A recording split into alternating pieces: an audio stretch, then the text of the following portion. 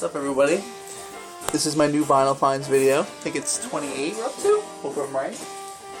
Got some stuff to show. I actually have a bunch of stuff more than this. A nice new pile, but I'm not going to show it to the next one because I got to listen to it more.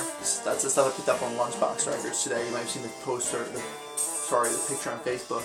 So let me go through these. I got a nice lot of stuff here. This is really great. This is what you're listening to. It's Brian Auger's Oblivion Express, Happiness Heartaches. It's really cool stuff. I love the cover of this. I just think it's really sweet. And this is on Warner Brothers from 1977. What's really cool about it is it actually has a lot of spiritual lyrics, but it's also like a really funky record, and you don't see it all the time, so I'm glad to have it. It's fun. Wait till you hear the next song. The next song, called Spice Island, is a 9-minute song after this, and I love the groove. This is really, I like this a lot. This is Power and Love, Manchild.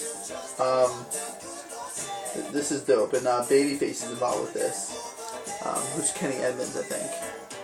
And there's a song in here, it's called We Need Weed, that I remember from a hip-hop song I used to love in college. I just can't remember the guy's name now. But just really great funk and a couple slow jams. We Need Weed is a great song, so check out We Need Weed. And this is on United Artists from 77 as well. Actually, I'm sorry, United Artists is like the company that put this out. It's actually a breakdown of that. It's Chai Sound Records, Chicago. It's a really dope label.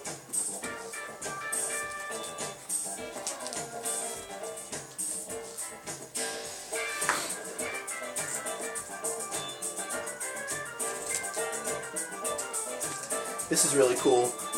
Good to Be Home is the name of the album, from Paul Clark and Friends. This is a worship type of album, like Christian guys, but it's like really a hard rock and southern style type of sound to it. So that's what's really cool. I'm sure you can tell from the cover. I mean, the cover is really sweet. It's they're actually wearing the same clothes in the real photo that's in this artwork in the front. So someone should have just taken the photo and probably just made art out of it. And what's really great is that me and Mary have been doing some more. We've been trying to pursue reading the Bible together and speaking about it and praying. And it comes through this whole letter that they wrote, and then it has the readings that you should read before listening to the songs.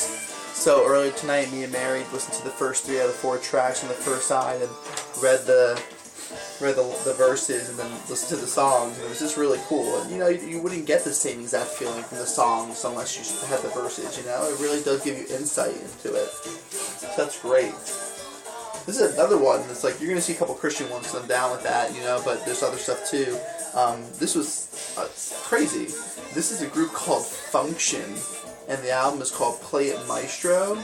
And I saw it, and I thought to myself, okay, well, the label is called Lion and Lamb, so it probably has a Christian background, But the song titles don't really give, like, that type of stuff away. Songs like Queen of Nothing, Big City Blues, Play It Maestro, The Beast and the King, Life is Not a Passing Dream, like, not, like, obliviously, like, like Christian songs, And it's, like, really, like, jazzy, and sort of, like, fusion-y, and you just didn't see coming. Like, it's a little bit progressive in terms of how it changes up and stuff. I thought the artwork was just really, really cool. And this was on 1982, and it seemed like, when I looked up the record, that they're like almost like probably the only artist that was out on this record that put out stuff like this. Someone famous in like Christian world or something, entertainer, put out that label. This is the last of the Christian ones for a little bit. Maybe, I don't know what else is in there. I simply got this because I thought the cover was so sweet that I could like frame this sleeve. Like, no joke. The original soundtrack from the musical, the movie is called High Tops. It's just so sick. It's like a sick pair of high tops with really cool, like, retro colors. And it's actually like a Christian type of musical play with some really funny story to it. And it has a whole synopsis of the story on the back, in the sleeve. So, I mean, so it's sort of cheesy and sounds so 80s. It's from 85 on Marathana Music. But I mean, the sleeve is dope. So you can frame that sleeve. That'd be pretty cool is to frame that high top sleeve, don't you? This is what I got from the trip that I talked about in the canoe, Ahmad Jamal's one. I think this is really cool. He does like covers of other people's songs, some standards, like Black Cow, Billy Joel's Just the Way You Are, his own song One, his own song, a couple other songs of his own, Festival. It's on 20th Century Fox Records from 1978. Yeah, I love 70s. I like 70s, but yeah, it's really cool. It has a lot of different flavors. Not like a consistent album in terms of the styles, but great nonetheless. This was awesome.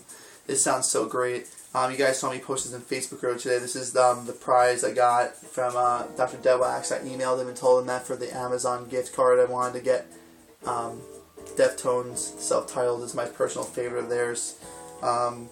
This is from '03.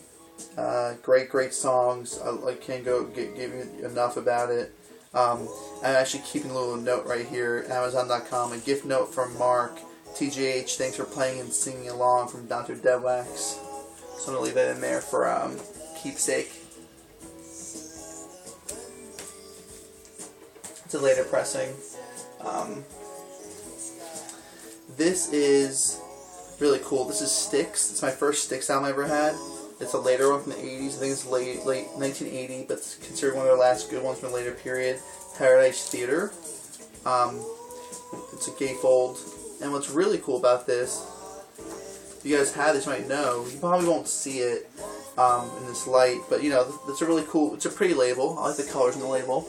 On the other side, you might not be able to tell it. You try to shine the light, but on this vinyl, it says Styx engraved in it, etched into it with like a palace thing, like palace construction type of thing around the whole side. I don't know if you can see that, but it's really cool to have. And you know, Styx is cool. I'm down. I don't necessarily know if I need to keep Styx in my collection, but nonetheless, it's cool.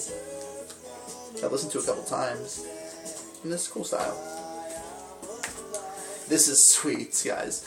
I mean, I almost don't want to give this. I don't know if I'm going to get much listening out of it because it's really tough and like it doesn't do too much for me. But it's just so cool and like historically. It's Primitive Baptist Hymns of the Blue Ridge, recorded by Brett Sutton and Pete Hartman.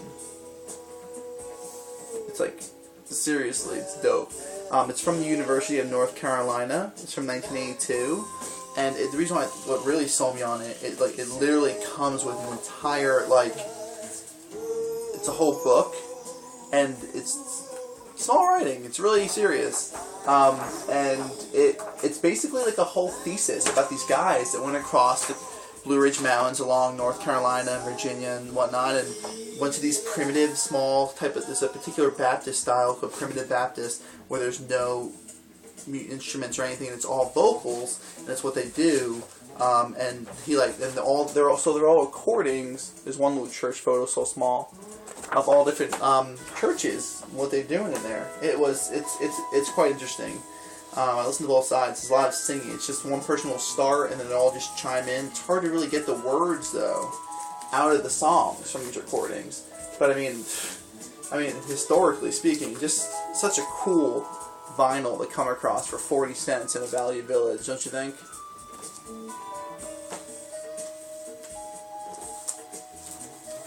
This is a song I was telling you I loved. This is go by this quickly one. I haven't listened to the first side, so okay. It's from Nashborough Records in 1977, where I have another one by this guy called Professor Harold Boggs. It's just called Mother, and it's like a 2-disc set, 2 LP set. It's 20 songs about Mother by top gospel artists. So I thought that'd be cool. Don't really didn't get too much from this one. Just breeze through and show you quickly. It's called One Way. It's from a guy named Alan T.D. Wiggins. It's sort of like seems like it's a worship type of album with I thought it might be cool because it's jazz with his saxophone and clarinet or something. But I didn't get too much from it. Might go in that pile. Now, I like this. I like a lot of songs in here, and I feel it's a really interesting recording. But I want to like it more. But some of them don't do it as much. But overall, it's worth hearing. It's a woman named Dorothy Lerner, and it's called First Impressions. I was really sold on the art on the front here, and then like the child in the back. That's supposed to be her. And the record label is really cool. It's on a record label called Crunch. I really like the record label itself. The label, Crunch Records. But yeah, she has some really great songs on here. She's a really good singer. She has a couple there in French, which doesn't necessarily bother me, but they're just not doing it for me as much. But songs like City Girl, Crying, it's great. I just want to listen to it more and see if I can get more out of it. And this was from, I don't have a year on here. Oh, yeah, I do. No, I don't. Oh, my man, this is the one that was for you, Dave. Someone at 481. Now, I could be wrong, but I just thought of you about this right away because it's your old school style. I really like this. It's like organ, old school organ. This is Dave Baby Cortez and Jerry's House Rockers. These next few records are not ones you're gonna normally see from me. I'm really excited. I'm into it. It's a really old school record. It's very poppy. And the last track, as it gets to the inner side, it gets really sounding like really not like full and stuff like that, but really simple Crown label. But man, Dave Baby Cortez, he can play. And I would love to rock a jacket and find one like this dude does. Has his jacket. Gotta wrap this up. This one's really sweet. Sandy Nelson beat that effing drum, I guess, of some sort on Imperial. This is really awesome, too. Great, great stuff. He does stuff like Hanky Panky, Wild Thing, Wipeout. It's just a guy doing drums. Another old one I found that was really cool.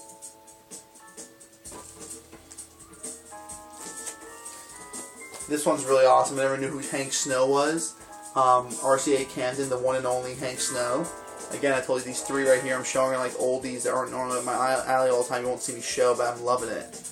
Really cool songs. I was turned on by the song titles. Unfaithful, Married by the Bible, Divorced by the Law, The Drunkard's Son, Spanish Fireball, Lazy Bones. Like, it's just really cool stuff. I'm sure people unlike me who are like, you don't know who Hank Snow is? You know, like the way you were Dave with like Marty Robbins, but I didn't know who he was because this is great. I have a sealed copy that I haven't opened yet. I want to know if there's any value to it. You guys maybe can let me know. I'm sure you can get it online for like $20 or something. But sealed copy I found for 40 cents of Jerry Lee Lewis in Loving Memories, the gospel album on Mercury. So, I mean, I usually always open my records. I just haven't gone to it yet. I haven't enough other records to listen to. And I was just, like, checking it out. And, like, I'm just not too country-ish. And I'm not sure if it's going to be even, like, worth me opening for, like, me getting enjoyment out of it. But I thought it was really cool as a sealed copy. And I do want to hear it. I just wanted to show you guys that I had a sealed copy. Want to know this record? Tell me about it. Last but not least, you see my videos before this one. Astronalis, really, really dope MC, but he does a lot more than just your standard hip-hop. You can call it alternative, but there's a lot involved. It's very bluesy, and this is his very first album. He recorded this in his basement at the time, and it's like, so it was recorded on an 8-track, and the CD doesn't sound as great, but the LP sounds a lot better, is what I was told. So we went to go see him at Tremont Music Hall, and it was amazing. Mary's the first time seeing him. It's a 2-disc set from 2005, and I got him to sign the record for us. Tim and Mary, he knew her fiancés. Love is hard work, stay happy, work hard, best of luck, Astronalis, and then I had his guitar player and drummer also sign it. So, it's amazing. You should really check out Astronalis, and this is very, very cool. It's a very DIY style, this recording. Alright guys, well I gotta go. My time's probably running out, but you'll see some more stuff coming soon. I hope you enjoyed it. Leave comments, please. Let me know you're still watching, and let me know how you like Weatherman Records. 10-4, I'm out.